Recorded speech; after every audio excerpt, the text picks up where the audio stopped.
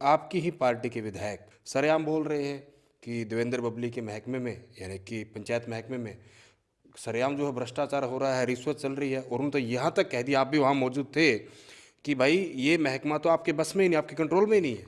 देवेंद्र सिंह बबली ने जो है वो जेजेपी के कार्यक्रमों से दूरी बना ली। देवेंद्र बबली का जो कांटा था सुभाष बराड़ा, वो कांटा भी निकल गया है, वो राज्यसभा चले गए हैं। और लगभग लगभग ये माना जा रहा है कि देवेंद्र बबली अगला जो चुनाव है वो बीजेपी की टिकट पर लड़ेंगे। आपकी ही पार्टी के विधायक आपके सामने विधानसभा के अंदर सरेआम बोल रहे हैं कि देवेंद्र बबली के महकमे में यानी कि पंचायत महकमे में सरेआम जो है भ्रष्टाचार हो रहा है, रिश्वत चल रही है। और उन्होंने तो यहाँ तक कह दिया, आप भी वहाँ मौजूद थे, कि भाई ये महकमा तो आपके बस में ही नहीं, आपके कंट्रोल में ही नहीं है। देखिए क्या, दादाजी हमारे लिए आदरणीय हैं, सीनियर विधायक है। बाद में भी उन्होंने स्टेटमेंट देखी होगी आपने उनकी। कई बार क्या होता है कि एक एज फैक्टर के साथ ठीक है, कहीं ना कहीं उनके पास कोई शिकायत होगी। अब हम एक लाठी से सबको नहीं आंक सकते। दिखते थी, मैं मना नहीं कर रहा, लेकिन दिखतों में कितना बड़ा बदलाव, कितना बड़ा सुधार, कितने बड़े उस पर एक्शन, कितने बड़ी उस पर कानूनी कार्रवाइयाँ इन पिछले 2 साल में हमने की हैं, सरकार ने की हैं, देवेंद्र सिंह बबली ने की हैं। उसके रिजल्ट भी सामने आए हैं। अब ये खुला सिस्टम नहीं है भी कोई भी आओ और उठाओ और चल पड़ो। अब पैसे की जवाबदेही तय कर दी हमने। ये टेंडरिंग को हमने लागू करवाया, कितना विरोध का सामना करना पड़ा हमें। वो प्रदेश हित के लिए था, गांव के हित के लिए था।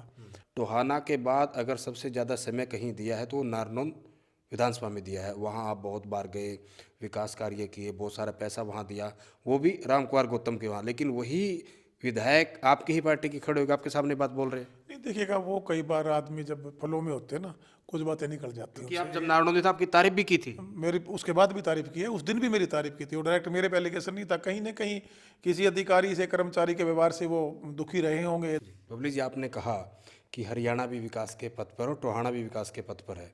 लेकिन कुछ लोग ये भी कहते हैं, क्योंकि आपके जो ज़्यादा चाहने वाले हैं ना, कि देवेंद्र बबली भी विकास के पथ पर है। देवेंद्र बबली का जो कांटा था सुभाष बराड़ा, वो कांटा भी निकल गया है, वो राज्यसभा चले गए हैं। और लगभग लगभग ये माना जा रहा है कि देवेंद्र बबली अगला जो चुनाव है वो बीजेपी की टिकट पर लड़ेंगे। देखिएगा, ये प्रयास राजनीति में चलते रहते हैं। हमारा काम बोलेगा, हम नहीं बोलेंगे, अब हमारा काम बोलेगा। जैसे आज टोहाना में आप जाके कहीं भी पूरा एक अपना सर्वे कीजिए, गांव में जाइए, शहर में जाइए, चाहे वो मेरे वोटर थे या मेरे वोटर नहीं थे। हो सकता है आने वाले टाइम में कुछ लोग और मेरे साथ जुड़े, या कुछ लोग हमारे साथ पॉलिटिकली ना आ पाए, लेकिन वो डेवलपमेंट की बात पे आपको पॉजिटिव रिस्पॉन्स देगा। देवेंद्र सिंह बबली ने जो है वो जेजेपी के कार्यक्रमों से दूरी बना ली।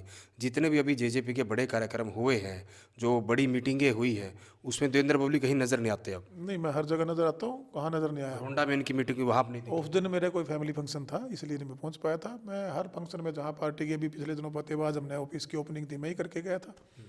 जहाँ पार्टी की तरफ से ड्यूटी लगती है, मैं बड़ा काम बाखूबी से करके आता हूँ। कई बार पर्सनल अपने घरेलू कार्य की वजह से उस दिन मैं नहीं पहुँच पाया था।